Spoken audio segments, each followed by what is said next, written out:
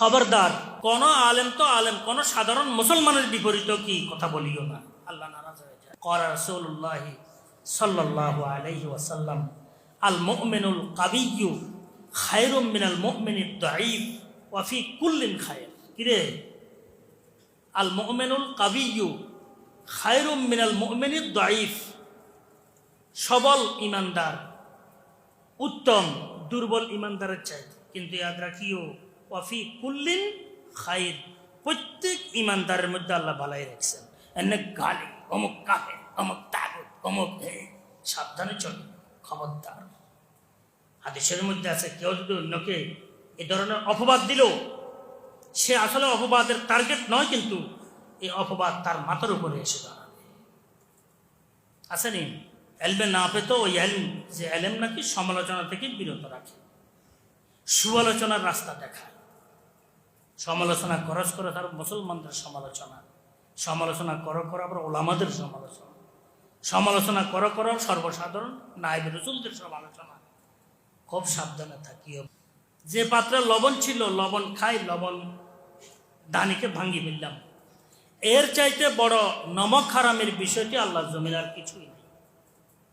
কিন্তু দেখেন, দাওরা পড়ে ওলামাদের সমালোচনা করে, মেশকাত পড়ে ওলামাদের সমালোচনা করে, আস্তায়ে কেরামদের সমালোচনা করে, দরসে বসে ওস্তাদদের সমালোচনা করে, বুজুর্গানে দ্বীনদের সমালোচনায় মুখর, ভিন্ন পার্টি বানাইতে আসে, ভিন্ন আলোচনা করতে আসে। হাকিকি এলেম তো নাই, শয়তানি এলেমে ভরা। মাসালা নিজেও জানে না, কারো কাছে গিয়ে জানবে, এটাও তাদের তাড়না নাই। শয়তানের শুধু তাদেরকে কি তাড়াইতে আসে, আর শয়তানের তাড়নায় তারা তাড়িত হয়, ওলামায়ে কেরামদের সমালোচনায় তারা মুখরিত। একটি কথা অবশ্যই স্মরণ রাখা দরকার, যে দল ওই দলের কর্ণধার ব্যক্তিবর্গের সমালোচনায় রত থাকবে, সেই ওই দলের সাথে সম্পৃক্ত থাকার যোগ্যতা তার মধ্যে নেই।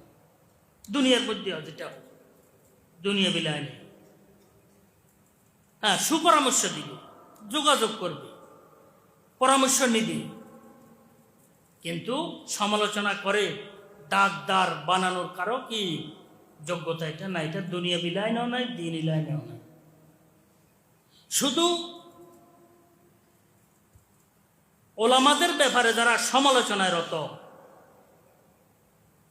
ওলামাদের আসদায়ে কেরামদের বুজুর্গানে দ্বীনদের যারা সমালোচনা করে, যাদের কাছে সমালোচনা ভালো লাগে, আমি